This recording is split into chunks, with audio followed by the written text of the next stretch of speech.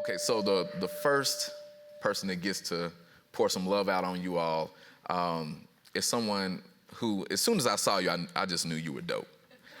And I look forward to building a connection with you and learning more about your art. But I'm excited for you to share it with folks here today. Let me read your bio. I think this is the abbreviated one. Kiana, she uses she, they pronouns, is a vocalist, radio host, and educator hailing from the valleys of Carrollton, Kentucky. She uses music to tell the story of our complex humanity and to foster a safe space for others to create freely without the barrier of judgment. She is the engagement manager for music education at 90.5 WUOL afternoon, host at Louisville Public Media by day, and can be found performing her own music with her band Kiana and the Sun Kings by night. Kiana demonstrates activism by dedicating her time to local arts nonprofits that she believes are stirring up good trouble, because that's what we need. This includes sitting on multiple boards, including the Fund for the Arts, Director of Communication for the Louisville Jazz Initiative, and current Hadley Creatives Program coordinator. Kiana strives to continue wearing the importance of community and connection into her music making. Kiana, share a little bit about your work and how we build loving communities.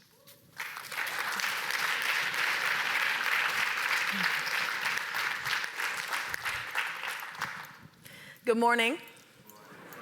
Come on now, y'all. I'm an educator. Good morning. It's an honor to share space with you today. As Charles said, my name is Kiana Dell. I'm an educator, a radio host, a performer, a space maker, and my very first form of communication, a vocalist. So I'm going to first connect with you in the only way my soul knows how. I wish I knew how it would feel to be free. I wish I could break all the chains holding me. I wish I could say all the things that I should say. I'd say 'em loud, say 'em clear, for the whole round world to hear. Oh, thank you.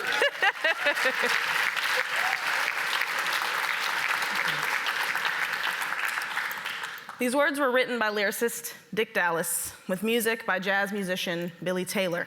But most notably, this tune was popularized by Nina Simone in 1967 and became an anthem for the civil rights movement at the time. I encourage you to ruminate on that in our time together this morning. When we talk about building a bridge, bridging a divide, we must first talk about the river of exclusion that lies below it. We must talk about liberation through equity to build that bridge, brick by brick. It will be time-consuming and at times frustrating. It will be discouraging and defeating, but you always have to remember why you started putting those bricks in place to begin with. I want to tell you a bit about myself to contextualize why I feel the call to do this work. I was born in a rural Kentucky farm town in the 90s, yet social norms were nearly non-existent behind the walls of my house. My mother was the head of the household. We were upper middle class. It was a two-parent, loving, functioning home. I want to say the circumstances of my upbringing were both fortunate and, in ways, unfortunate. Fortunately, this meant that I've only ever known divides by staring across a fissure and plotting how to get to the other side. It never occurred to me that there would be people out there intentionally placing obstacles in my path. I was never taught to take no for an answer. Whenever I saw a door opening for someone else, I found myself, again, scheming on why I couldn't just walk through the very same door. After all, It was already open. I mean, can't you just hold it for me? Unfortunately, this meant that the reasons why that door couldn't be held open for me were lost on me for a large part of my life. I was unaware of the weight of my blackness and my gender behind those walls. I had to learn slowly and painstakingly that I would be carving out my own path and pulling up my own seat at the table for the next several years. As soon as I stepped foot outside of those walls, and although I'm positive it happened sooner, as early as elementary school, I remember seeing it and feeling it. And as a coping mechanism, I created a stage persona of myself. I had to play a character to move through the world and to perform on their stages because I had just become acutely aware of my place within the world. And that version of me was strong and fearless and already famous. I never questioned why the door was closed because my status and talent had opened it for me. Eventually, that persona of Kiana Dell and the Kiana Dell standing in front of you right now merged and morphed into the person you see. Not because of my status and talent, well, okay, maybe in part my talent, but because I started intentionally engaging with the local community through arts experiences. Moving through those experiences left me wondering why I rarely saw people who looked like me reflected back at me. In fact, it became apparent that these larger organizations viewed us as other, as an entity outside their own to be helicoptered into and helped. It left me wondering how to get in contact with the person holding the keys, or better yet, how to become the person who holds the keys. To become the person holding the keys, you must first be a source of support. Go to the gallery openings, to the performances, to the book release, to the restaurant, revise the paper, not to elevate your own position, but to simply show up. There is a literal meaning to the phrase, "it takes a village." And it's these small acts of love and service that build loving communities. They say, be the change. No one else was going to open that door for me, so I ensured it was open for all of the little Kianas after me, for the next generation of musicians, educators, space makers. Bridging divides first starts with examining your surroundings and asking if every part of them feels accessible. Now, there are those of you who may always see yourselves represented, as the world has been built to cater to you specifically, and if that's the case, ask yourself the opposite question. Why do I see an overwhelming amount of myself in this? What can I learn? This work is a pursuit.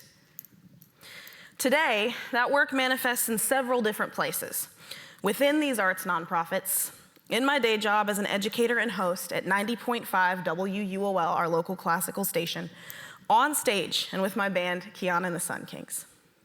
I lead with an approach that I learned from studying jazz. Now, jazz is a music born out of oppression as a method of resistance. Its roots, the blues, communicate the complexities of our humanity. These mediums are, at their core, collaborative and community reliant. You can't make good jazz in complete solitude or without considering the heart and the history of the music. It feeds off of a sharing of souls, of minds, and experiences. Although music is so communal and so universal, we'd be remiss if we didn't talk about that river of exclusion first. Both classical music and jazz are now widely learned in an academic setting and in higher education spaces. That's barrier to access number one. Then, outside of the classroom, they're often performed in spaces like the very one we're in today, with ticket prices higher than what the average music lover can afford. That's barrier to access number two. Those two things alone would discourage someone who does not have a college degree or formal training from stepping foot into the concert hall. From jump, they feel unworthy.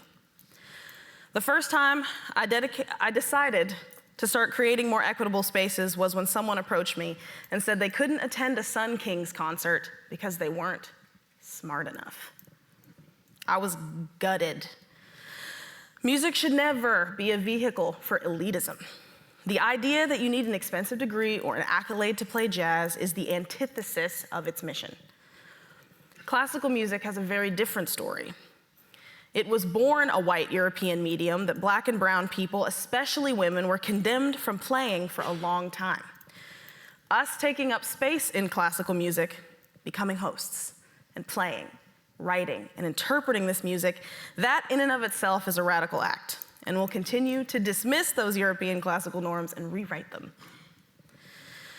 So to building a bridge. When asked how we've completely changed and grown 90.5 WUOL's listenership by 45%, how to make classrooms more equitable, exactly how to build safe spaces for musicians to create freely without the barrier of judgment. This is a bit of an oversimplification, but in short, there's a three-step answer for that. 1, if you're setting out to serve a certain community, the LGBT community, the Black community, young students, do not helicopter in with your ideas and what you perceive to be helpful. Talk to them. What have they been missing? What do they need? And what resources can you provide? Start there. 2, become that source of support. Show up for people and really show up as an active participant, an active listener. You are the student. And finally, identify all perceivable barriers to access and remedy as many as you are able. Is your venue ADA accessible? Is there a transcript for your podcast? Is the cast or the playlist on your station representative of its listeners? Brick by brick. And there have been times, even in our recent history, that those bricks had to be used to break a window. Resistance, too, builds a bridge. When you can, build that bridge by supporting your community. Get curious and see the humanity around you. I'd like to leave you with words from musician John Batiste's Stay Human project. This is a bit of call and response for you. Repeat after me, please. I feel good. I feel good. I feel free. I feel free. I feel fine just being me. I feel fine just being me. I feel good today. I feel good today. Feel so good today. Feel so good today. Thank you.